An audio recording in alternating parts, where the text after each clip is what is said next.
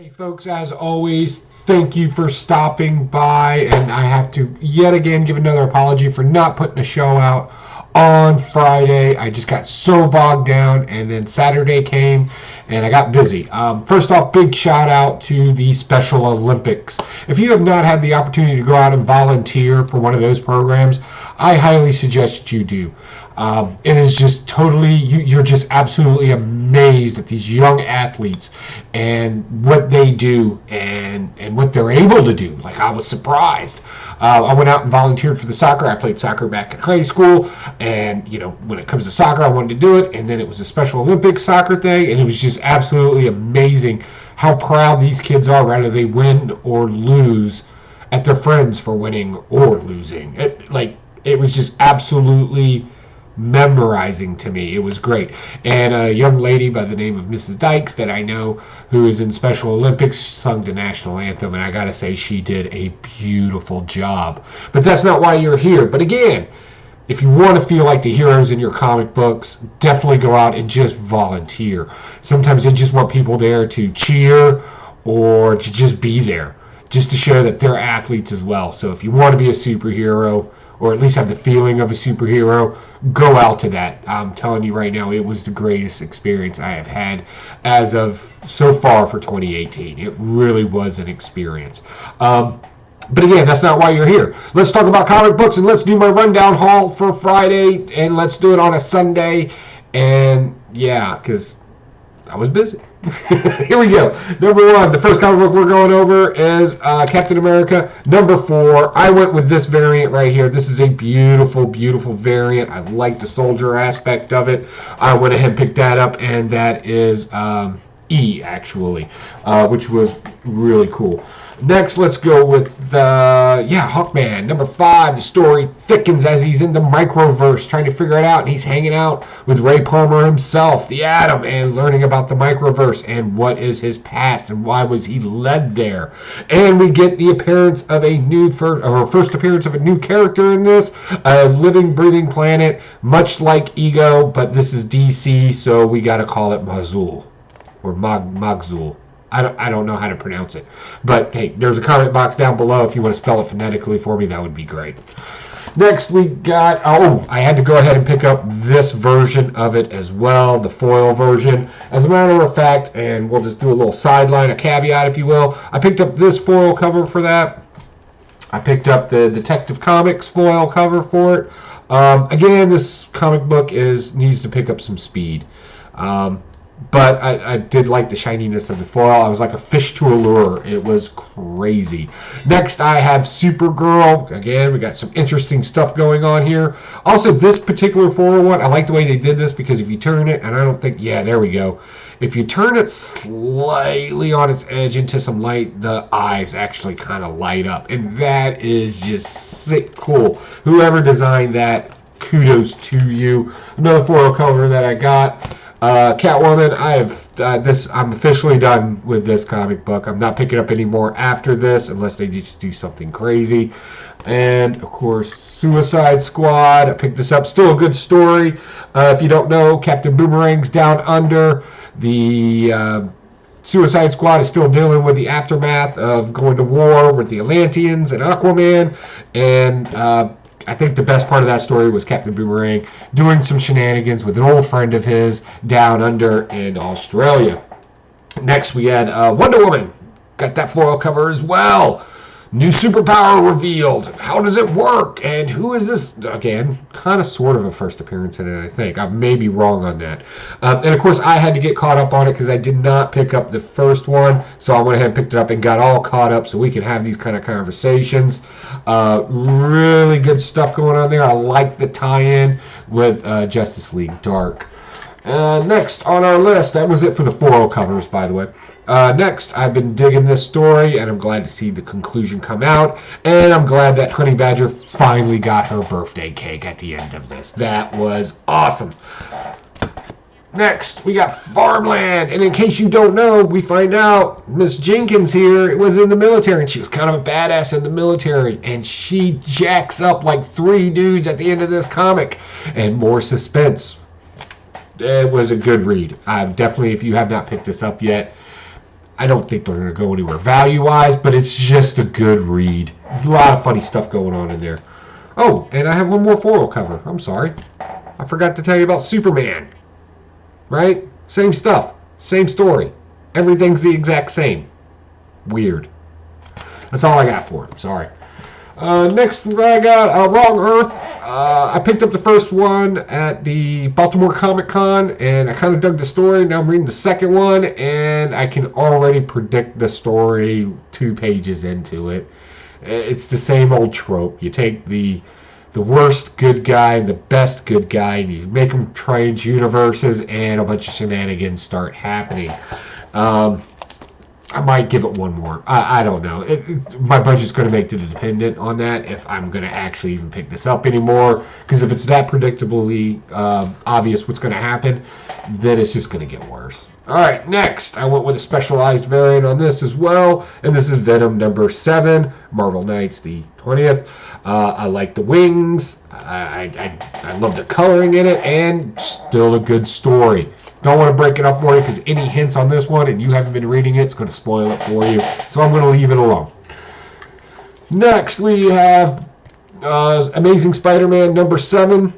And this confirms that Boomerang is literally the worst roommate you could ever have.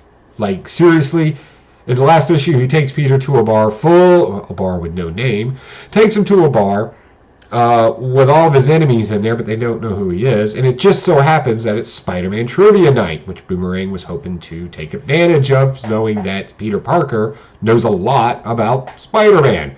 Takes him in there, and of course, since Boomerang is kind of a douchebag, they get into a bar fight. Next thing you know, and this is all because of Wilson Fisk. And then the worst thing he can possibly do is he opens up his feelings to Peter Parker about how he really respects all of them, but he's just a douchebag by nature. Wah, wah, wah. Seriously, they could have done something different with that. I don't know. We'll see. I think we know what's going to happen. Boomerang's going to end up becoming one of those villains that's going to turn good guy, and then he's got to learn to be a good guy, but he's kind of a douchebag. It's kind of like a cross between Booster Gold and, well, we'll just leave it with Booster Gold because that's garbage. All right, next. Something that was not on my radar, but I went ahead and picked it up. Black Knight. The Black Knight, this is a female version of it. First story opens up with violence, and then we get caught up with what's going on, then we pick back up into the story right where it left off. It was a little hard to read. But I dig it, and I love the artwork in it, and I love the violence, and as Spectacular Spider-Grandpa would say, hashtag meat and potatoes right there on the cover. This variant was their D variant for that. Next, I went with the Scotty Young on this one, guys. Bully Wars.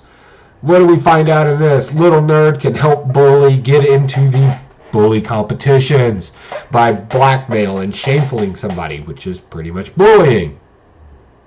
That's it. But they do it in a great way, and this is a fun read. You should really check this out. I liked it, and again, I went with the Scotty Young variant on that one.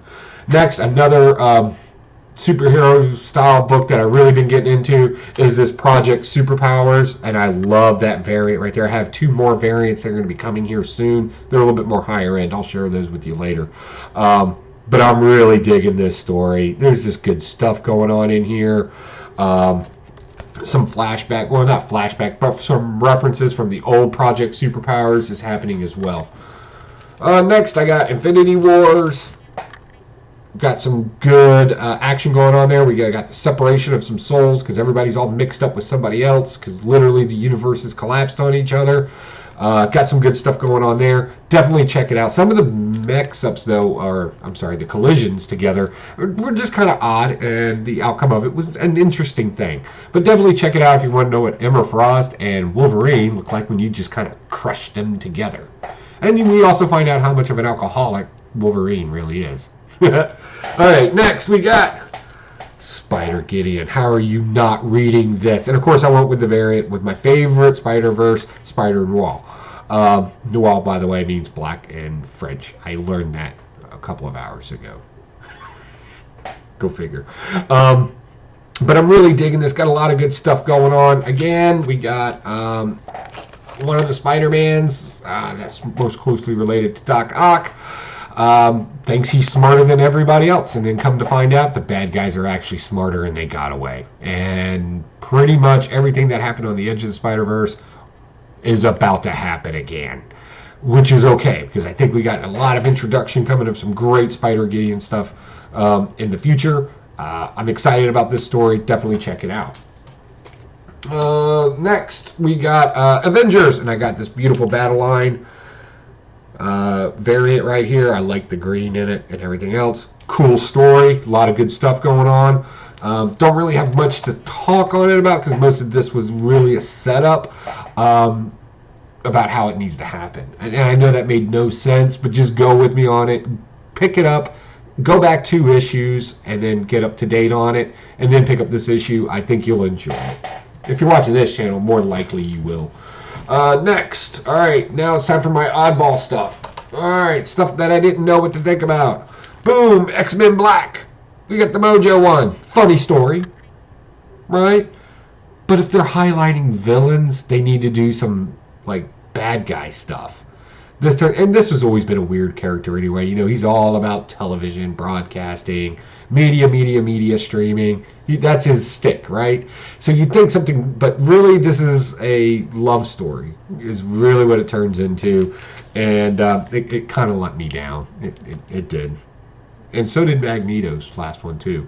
But that's okay, because we got Mystique's one coming up. And hopefully they redeem themselves on that one, and maybe we'll actually see some real villainy going on instead of, I don't know, social bullshit stories. I'm sorry, I didn't mean to cuss, but that's just the way I feel about it. Next, kind of took some chances. I went ahead and picked up I picked up Zombie Tramp there, and this is the risque cover because they're a little bit more rare. Great story. We find out what his deal is, and apparently he's into necrophilia, and his parents are like super geniuses that created Google, and he studied all parts of the web. He's super in love with Zombie Tramp here, who is chained up against a wall right now. A lot of weirdness in this story. Why did I pick it up? Because a couple of rare variants came out for it, and I was going to flip them, and then I realized, let me hold on and see where this story goes. So I got some of them right now. We'll see what happens with it. I don't know. I'm still on the fence about it. Next, I'm telling you right now, I have been enjoying... I know what you're going to say. You're really, Pocan Joe? Really? It's Plastic Man. Hey, I'm just saying, I like the character. He's kind of a shady cat, learns good lessons, takes care of people, but he screws over a kid in this one by breaking his word, so he's kind of still a douchebag, but he's doing it for the right reasons. He really is. And we finally figure out who's in the Cabal as of right now. We've got some guest appearances in that issue. Definitely check it out. Next, which one do I want to show you first? Oh, we'll save the best for last. Okay, so every now and then, I take risks just like anybody else in comic book. You know, you never know what a story's going to be like. A synopsis doesn't really tell you anything. So I went with Albert Einstein, Time Mason. Now, I can't imagine why on God's green earth I would have thought that something with Time Mason in it would be somewhat attractive. All right. I like the beginning of it. If you're wondering what this comic book has in it, because you're still not on it, not a problem. It has all your superhero tropes. It's got a midget super genius evil guy, a blonde badass chick with big boobies, a secret laboratory, disposable henchmen, and then we got Albert Einstein in his younger days running around taking care of business. Yeah. But we still don't really understand what the Time Masons are in it. I'm assuming they're going to explain that in the next few issues. Now, the true gem of the week, and if you haven't picked this up, folks, ignore everything else that I've said. Run out and go get this book as quickly as possible. And that's very simple. It is the Cursed Comics Collab. Definitely enjoyed this. It's great horror stuff. Classic horror storytelling in here. It has our favorites. I I don't want to ruin it for you, but there's several stories in it. And I know most of the time that books that have several stories like this in it, they don't really go anywhere on the investment side. But I'm telling you right now, that's going to be my pick of the week because it was just a great storytelling in it, great art in it, and it was not a dumpster fire, which is rare for me to say when you have these stories that have a lot going on in them. Normally, I just bash the hell out of them because everybody can be an artist in it. This is pretty consistent story. I enjoyed every bit of it. And that's all I got for this week, as if that wasn't enough. Well, I got a bunch of back issue stuff, but you're not interested in that. What's going on? Saw Venom, liked it. I think I said that in one other video. Nothing really on TV. Still debating on that DC Universe thing. What do you all think about that? Are you going to get it? Do you have it? Is it worth it? I don't know. So I'm looking for your opinions on that. Please let me know. Also, don't forget, tonight is Blast It or Stash It. Great show. You got Midwest Comic Guy. You got Huey.